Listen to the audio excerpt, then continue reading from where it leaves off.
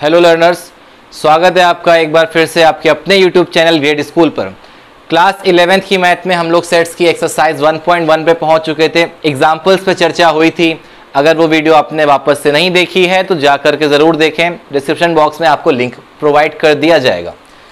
चलिए, सेट्स की एक्सरसाइज 1.1 बहुत छोटा सा क्वेश्चन है, लल्लू सा। देख लेते हैं एक बार कि कौन कौन से इसमें जो आपको ये डेफिनेशन लिख करके दी गई हैं वो सेट्स बनने के काबिल होंगी। कलेक्शन उठाए गए हैं, चीज़ें इकट्ठा करी गई हैं, लेकिन वो चीज़ें सेट्स के श्रेणी में आ पाएंगी, सेट्स की कैटेगरी में आ पाएंगी या नहीं आ पाएंगी, ये जान लेते हैं। अच्छा, सेट्स की कैटेगरी के लिए अगर आपको याद दिलाएं तो सेट्स की कैटेगरी में कौन कौन से कलेक्शन आ पाते थे? ऐसे कलेक्शन को सेट्स की कैटेगरी में डालते थे जिसमें किसी को डाउट ना हो। किसी को डाउट ना होने के लिए अपन लोगों ने वर्ड यूज किया था वेल डिफाइंड। ऐसा कलेक्शन जो वेल डिफाइंड होगा, जहां किसी को डाउट नहीं होगा, जहां पर सभी की परिभाषा अपनी अलग अलग नहीं होगी, एक ही परिभाषा को सभी लोग मानने के लिए तैयार होंगे, उस टाइम पे उस कलेक्शन को हम सेट्स बोलेंगे। और देखते हैं, collection of all months of a year beginning with J. ऐसा कलेक्शन बनाया जा रहा है मंथ का, ऐसे महीनों को कलेक्ट किया जा रहा है जो जे से शुरू होते हैं। तो आपको तो पता है, आपको जे से शुरू होने वाले मंथ ढूंढने के लिए कहाँ जाना है। अगर किसी को डाउट भी होगा तो कैलेंडर देख लेगा, उसे मिल जाएंगे उसको। जनवरी हो गया, जून हो गया, जुलाई आ गया। इसमें तो किसी को डाउट नहीं होगा ना कि जुलाई जे से शुरू नहीं होता है। तो ये कलेक्शन में मुझे नहीं लगता है किसी को डाउट होगा, और अगर डाउट नहीं होगा तो ये सेट बनेगा। जिस कलेक्शन में डाउट नहीं होगा, जिस कलेक्शन में लोगों की धारणाएं चेंज नहीं होंगी, वो सेट बन जाएगा। चलिए अगला देखते हैं, collection of most talented writers of India. अब यहाँ पे परेशानियां जरूर बढ़ जाएंगी, क्योंकि मोस्ट टैलेंटेड का मतलब किसी के लिए हो सकता है कोई दूसरा राइटर ज़्यादा टैलेंटेड हो, किसी के लिए हो सकता है वो टैलेंटेड राइटर ना हो या उसको उतना टैलेंटेड उसको ना लगता हो। तो इस तरह का जो आप कलेक्शन करोगे वो सभी के लिए अपना अलग अलग हो सकता है। टैलेंटेड कौन है कौन नहीं, ये लोगों के बीच अलग अलग धारणाएं हो सकती हैं। तो यहाँ पर ये जो कलेक्शन होगा वो सेट्स की कैटेगरी में नहीं आएगा, क्योंकि विचार अलग अलग हो सकते हैं। सभी के लिए टैलेंटेड चीज़ सेम नहीं होगी। डाउट होगा तो कलेक्शन नहीं होगा। अगला आ गया थर्ड पॉइंट पर, a team of 11 best cricket batsman. Best cricket batsman, ये फिर से वही बात है कि बेस्ट आपके लिए कौन है। किसी के लिए सचिन बेस्ट है, किसी के लिए कोहली, किसी के लिए धोनी, किसी के लिए एबी डिविलियर्स। तो सभी के लिए अलग अलग बैट्समैन हो सकता है बेस्ट हो। तो यहाँ पे भी जब चीज़ें बदलने लगती हैं, लोगों के लिए सेम चीज़ नहीं रहती है, तो डाउट जहाँ भी क्रिएट होगा वो सेट नहीं होगा। इसलिए ये वाला कलेक्शन भी सेट नहीं हो पाएगा। अगला देखते हैं, the collection of all boys in your class. Class में जाकर के लड़कों को कलेक्ट करना है, बॉयज़ का कलेक्शन करना है, तो इसमें तो किसी को डाउट नहीं होगा ना कि लड़का है कि नहीं है। ये तो कलेक्शन बिल्कुल वेल डिफाइंड होगा। लड़का दिख रहा होगा आपको, अलग से उठा लोगे, कलेक्शन बना लोगे। ठीक है, चलिए ये कलेक्शन सेट बन जाएगा। Collection of all natural number less than 100। ऐसे नेचुरल नंबर का कलेक्शन जो 100 से कम हो। तो नेचुरल नंबर पे तो किसी को डाउट नहीं है, 1 से शुरू होते हैं और कहाँ तक जा सकते हैं, 100 से लेस होने के लिए 99 तक। इसमें किसी को शक व शुदा नहीं होगा, किसी को डाउट नहीं होगा। 100 से छोटे नेचुरल नंबर सभी के लिए सेम ही होंगे। तो इस कलेक्शन को हम लोग नेचुरल नंबर के कलेक्शन को क्या बोलेंगे? सेट बोलेंगे। Collection of novels written by writer Munshi Premchand. Munshi Premchand के द्वारा लिखी गई नॉवेल्स का कलेक्शन। तो मुंशी प्रेमचंद ने जो नॉवेल्स लिखी हैं वो हमारी दुनिया के सामने हैं, समाज के सामने है, दिख रही हैं हमको नॉवेल्स। कहीं अलग से नॉवेल तो टहल के नहीं आ जाएगी। तो ये सारी नॉवेल सबको पता है कि हाँ ये नॉवेल मुंशी प्रेमचंद ने लिखी है। तो इस पर किसी को फिर से शंका नहीं है, कोई डाउट नहीं है, और जहाँ डाउट नहीं है वहाँ सेट है। तो ये भी सेट बन गया। Collection of all even integers. जितने भी इवन इंटीजर्स होते हैं, आपको पता है इवन इंटीजर्स की क्या डेफिनेशन है? जो इंटीजर 2 से डिविजिबल होगा इवन होगा। तो इसमें किसी को कोई डाउट तो नहीं है। फिर से 2 से जो भी डिवाइड हो रहा होगा उसको इवन बोल रहे होंगे, वरना नहीं बोल रहे होंगे। तो जहाँ भी डाउट नहीं होगा वहाँ सेट होगा, जहाँ भी डाउट नहीं होगा, जहाँ क्लियरिटी होगी वहाँ सेट होगा। तो ये भी सेट बन जाएगा। अगला collection, the collection of question in this chapter. Collection of questions in this chapter. किसी चैप्टर में क्वेश्चन का कलेक्शन, तो क्वेश्चन का कलेक्शन बढ़ेगा या घटेगा तो नहीं ना। कलेक्शन जितना भी क्वेश्चन का है वो उतना ही रहेगा, और हर बच्चे के लिए उतना ही रहेगा। ऐसा तो नहीं हो किसी की एक्सरसाइज में ज़्यादा क्वेश्चन है, किसी की एक्सरसाइज में कम क्वेश्चन है। एक चैप्टर की एक एक्सरसाइज में उतने ही क्वेश्चन होंगे, हर बच्चे की एक्सरसाइज में उतने ही क्वेश्चन होंगे, कोई डाउट नहीं। तो ये भी सेट बन जाएगा। अगला लास्ट कलेक्शन देख लेते हैं, collection of most dangerous animal. Most dangerous animal, तो यहाँ पे फिर से शक उत्पन्न होगा, शक पैदा होगा किसके लिए, कौन सा जानवर ज़्यादा खतरनाक है, कौन से जानवर से ज़्यादा डर लगता है, ये सबके लिए अपनी अलग अलग राय हो सकती है। तो यहाँ पे सबकी परिभाषा अपनी अलग अलग होगी, डाउट होगा, इसलिए ये फिर से सेट की कैटेगरी में नहीं आ पाएगा। तो उम्मीद है आपको समझ में आया होगा कि कौन कौन से कलेक्शन सेट बन पाते हैं, कौन से नहीं बन पाते हैं। इसकी हमने अलग से क्लास भी डाली थी जहाँ पे आपको ये समझाया था कि सेट की एक्चुअल डेफिनेशन क्या होती है।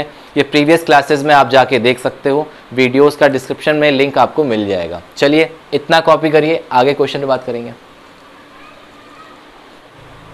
आइए जानते हैं प्रश्न 2, क्वेश्चन नंबर 2 पे बात करते हैं। फिर से बहुत छुटकू सा क्वेश्चन है। सेट ए आपको दे दिया गया, आपको क्या करना है, सिंबल इंसर्ट करने हैं। ये सिंबल क्या बताता है कि एलिमेंट उस सेट के अंदर है, और ये क्या बताता है, एलिमेंट उस सेट के अंदर नहीं है। तो आप देख लो, अगर आपको दिख रहा है एलिमेंट है तो ये साइन आएगा, अगर आपको दिख रहा है वो एलिमेंट नहीं है तो एप्सिलॉन नॉट का साइन आ जाएगा। ठीक है, चलिए देखो भैया, 5 सेट ए के अंदर है कि नहीं है तो एप्सिलॉन का साइन आएगा। 5 बिलोंग कर रहा है सेट ए को, उसके अंदर बैठा हुआ है, आपको दिख रहा है अंदर बैठा हुआ है, तो आप ये लगा दो साइन।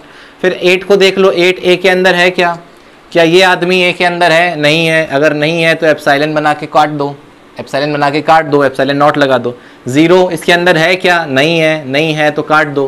4 है क्या, अगर है तो बना दो, दिख गया आपको। 2 है क्या, बिल्कुल है, बना दो, एप्सिलॉन बना दो। 10 है क्या, नहीं है, काट दो, बस खत्म। चलो कॉपी करो, आगे बढ़ते हैं। आइए तीसरे क्वेश्चन में बात कर लेते हैं। यहाँ पर आपसे बोला गया है कि चेंज करिए रोस्टर फॉर्म में, और आपको लैंग्वेज की फॉर्म में दे दिया गया है। लैंग्वेज की फॉर्म में मिलने को अपन लोग क्या बोलते थे, इस फॉर्म को बोला जाता था सेट बिल्डर फॉर्म, जहां पर आपसे एलिमेंट छुपा लिए जाते थे इस लैंग्वेज के अंदर। रोस्टर फॉर्म का मतलब है आंखों से एलिमेंट दिखा दो, आंखों से आपको सारे एलिमेंट दिखने लग जाएंगे। जिस दिन सारे एलिमेंट अलग अलग आपको आंखों से दिख रहे होंगे उसी का नाम होता है रोस्टर फॉर्म। आइए बना लेते हैं। पहला इन्होंने बोला है कि एक सेट है जिसके अंदर आपको कौन सा इंटीजर चाहिए, x is an integer such that x is lies in between -3 and 7। आपको ऐसे इंटीजर कलेक्शन करना है जो -3 से अबव हो और 7 से लेस हो। तो सोचो भैया, -3 से बड़ा इंटीजर कहाँ से शुरू होता है, -2, फिर -1, फिर 0, फिर 1, 2, 3, 4, 5, इस तरह से कहाँ तक भागोगे, 6 तक। 7 तक नहीं जाना है, याद रहे इन्होंने बोला है 7 से आपको पीछे रहना है। -3 से बड़े और 7 से छोटे, ये आगे एलिमेंट आंखों से दिख रहे हैं, सारे एलिमेंट अलग अलग दिख रहे हैं आपको, इसी का नाम है रोस्टर फॉर्म। बन गई, आगे आते हैं। x such that x is a natural number less than 6। ऐसे नेचुरल नंबर्स का कलेक्शन करना है जो 6 से छोटी हो।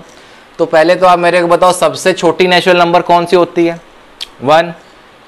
इससे छोटी नेचुरल नंबर तो दुनिया में नहीं होती है, 1। इसके बाद 2, फिर 3, फिर 4, फिर 5, 6 भी आएगा क्या।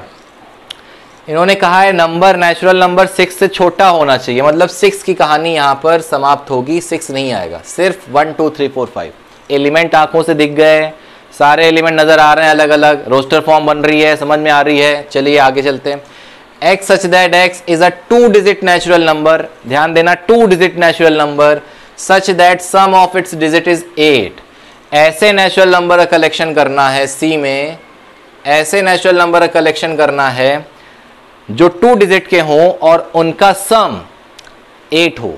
तो सोचो भाई, शुरुआत करते हैं 17 के साथ, 1 के साथ, 1 और 7 मिला के कितना होगा, 8 होगा, 1 + 7 8 होता है। अच्छा, अब अगला शुरुआत कर लेते हैं 2 के साथ। 2 के साथ कौन लगेगा, 6, क्योंकि 26 में 2 और 6 का सम 8 होगा। फिर 3 के साथ अगर बनाना चाहोगे आप तो 3 के साथ 5 आएगा, 35, 3 + 5 अगेन 8। उसके बाद 4 के साथ बनाओगे तो खुद 4 ही आएगा, 4 + 4 8 होता है। 5 के साथ 3 आएगा, 6 के साथ 2 आएगा, 7 के साथ 1 आएगा और 8 के साथ 0 आएगा। क्या आपको दिख रहा है, ये सारे नेचुरल नंबर हैं और सब सारे नेचुरल नंबर की दोनों डिजिट का सम 8 बन रहा है। 1 + 7 8, 2 + 6 8, 3 + 5 8, 4 + 4 8, 5 + 3 8, 6 + 2 8, 7 + 1 8 और 80 का मतलब 8 + 0 भी 8, 8 + 0 भी तो इन सारी डिजिट का सम 8 था और इन्होंने हमसे यही मांगा था, ऐसे एलिमेंट लाओ जिनका सम 8 हो, आ गए एलिमेंट। चलिए डी पे बात करते हैं। x such that x is a prime number which is divisor of 60 के डिवाइजर ढूंढो, लेकिन साथ ही साथ शर्त क्या है, वो प्राइम नंबर भी होने चाहिए। प्राइम नंबर तो आपको पता है ना, ऐसे नंबर जो बहुत स्वाभिमानी होते हैं, जिनको काटने के लिए या तो वो खुद आएंगे या तो सिर्फ एक आएगा, बाकी और कोई नंबर दुनिया का उसे नहीं डिवाइड कर सकता, उन्हीं को प्राइम बोलते हैं। सबसे छोटा प्राइम नंबर होता है 2। जी हाँ, सबसे छोटा प्राइम नंबर 2। क्या 2 60 को डिवाइड करता है? बिल्कुल करता है। तो ये प्राइम नंबर पहला प्राइम नंबर हुआ जो 60 को डिवाइड कर गया। और ढूंढो, सारे प्राइम नंबर ढूंढो। 3, अगला प्राइम नंबर 3 होता है, क्या ये 60 को डिवाइड करेगा? बिल्कुल करेगा। और ढूंढो 4 तो प्राइम ही नहीं होता है। 5 प्राइम होता है? बिल्कुल प्राइम होता है, क्योंकि 5 को काटने वाला सिर्फ 1 है या खुद 5 है, तो 5 प्राइम है। क्या 60 को डिवाइड करता है? बिल्कुल करता है। अच्छा, अब इसके आगे जो नंबर आएंगे 60 को डिवाइड करने वाले वो और भी होंगे। 6 भी 60 को डिवाइड करेगा, 10 भी 60 को डिवाइड करेगा, 15 भी 60 को डिवाइड करेगा, 20 भी करेगा, 30 भी करेगा। लेकिन ये जो जितने भी नंबर मैंने बोले ये सारे प्राइम नहीं होंगे। 15, 20, 30, 10 ये सारे नंबर प्राइम नहीं होंगे। तो प्राइम के नाम पर सिर्फ आपके लिए इतने नंबर आएंगे 2, 3, 5 जो 60 के डिवाइजर भी होंगे, डिविजर भी होंगे। चलिए अगली कहानी सेट ई की। Set of all letters in word trigonometry. सारे लेटर ढूंढो ट्रिगोनोमेट्री के और उनका सेट बना दो। बहुत आसान है, छोटा सा क्वेश्चन है, लल्लू सा बना लो। ट्रिगोनोमेट्री में सबसे पहला कौन सा वर्ड दिख रहा है आपको? लेटर कौन सा दिखा? टी। फिर कौन सा दिखा? आर। फिर कौन सा दिखा? आई।